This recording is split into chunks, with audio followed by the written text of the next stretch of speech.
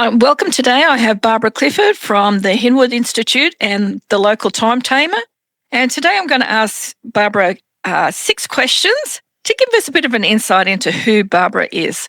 So my first question for you, Barbara, is what is your core area of expertise, your zone of genius that you bring to your students or clients? So people commonly refer to me as the Time Tamer because I am passionate about transforming people's world so they are less stressed and more productive. They're minimizing their stress and maximizing their time. So supporting people to create some order out of chaos, to make sense of things and to feel that they're more aligned and on path. Now, in today's world, we utilize AI for so many things, but there's one fundamental thing that we cannot change yet, which is about those behavioral competencies and the human side of work. So really, that's what I love zeroing in on.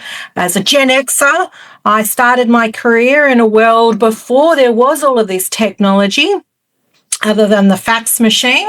So it's something I'm very passionate about. What is your professional background and what was your aha moment that led you to become a coach or trainer? So my professional background is totally unrelated to what I do right now. Well, not totally unrelated. So my degree qualification is in film and television. I worked in the film and television industry for over 20 years. And I reached a point in my life where I'd done a lot of personal development and really zoning in on who I was and what I was passionate about. And I think all coaches go through this process, to be honest. We have that moment in life where we go, this has made a big change and I want to help others make a big change.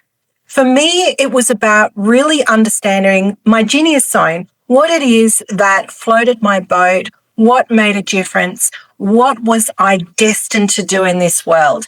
And for me, it was about creating order out of chaos. It was about understanding productivity and time management. And I actually did some courses and some workshops with people that were saying you can build a career out of something that you value so much in your life. I was shocked to find out that my thing was time management and organizing things and making sense of things. But that's what I am driven to do. And that was through a process of value solicitation. So it was in understanding that and zeroing in on that things made a change. And then I was then destined to help other people do it. But the reality was, as a filmmaker, I was an absolutely brilliant waitress. And I went into marketing as well. And in all of those industries, I just gravitated towards the roles that revolved around time management. So I was producing, I was production managing, I was function coordinator, and people kept asking me to do these jobs. And I go, no, I'm going to be a famous filmmaker. The reality is I love helping people to manage their time, be more effective in their work and feel inspired to live and work each day and be motivated to wake up and go to work and go, yes, this is what I'm meant to be doing. Depending on my career, when I decided to embark on being a coach that supported people with their productivity and their professional development, there was a few areas I recognized that impacted on that. And they were things around stress management, leadership, communication skills. So I've done a lot of work to extend my expertise in those areas in internationally recognized standards. So I am now accredited in an international standard in leadership behavioral competencies through Korn Ferry Leadership Architect. I'm an accredited extended DISC practitioner, and I'm also an accredited workplace mediator.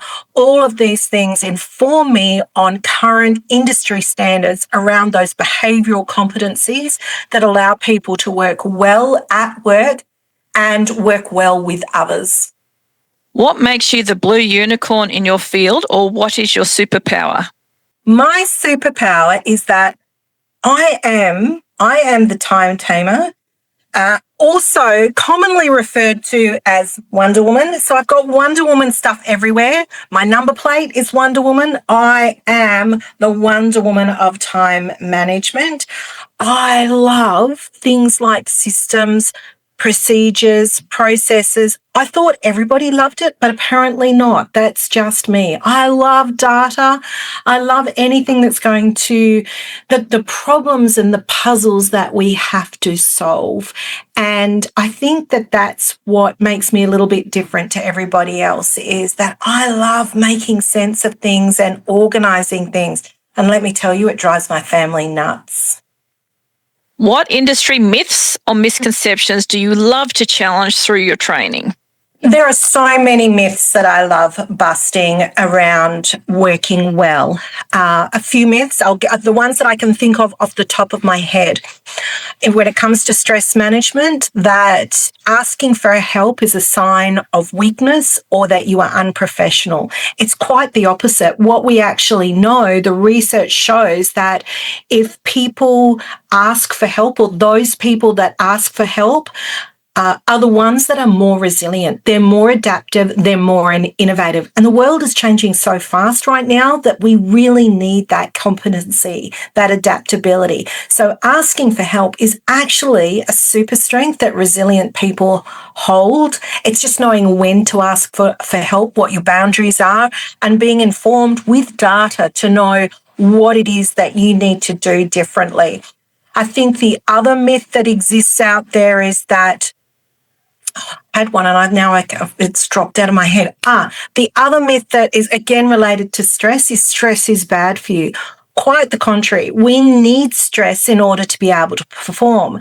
The problem is that people don't know when to turn it on and when to turn it off. We want to use stress to our advantage, know when we can use it to empower us and transform us into a state of strength. And there's so much research out there to show us that stress is a superpower if we know when to use it in order to perform. It's just understanding the difference between turning it on and turning it off. And I think the last myth that I would love to bust is that email is there to help us. It kind of is there to help us, and that's why it was originally designed to do. However, it is now crippling us, and more technology that is supposed to be helping us is actually disenabling us to be able to perform. More and more people are getting burnt out. The Gallup report that was produced last year is showing globally it's costing us billions of dollars, with people managers in particular, feeling disengaged and disempowered and burning out because they're not able to get a hold of all of this information and data that's coming to us.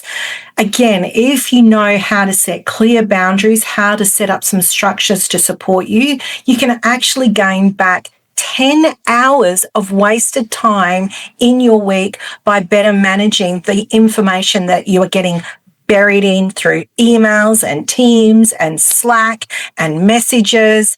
It's just information overload that's destroying us, and it's not necessarily helping us to be more productive.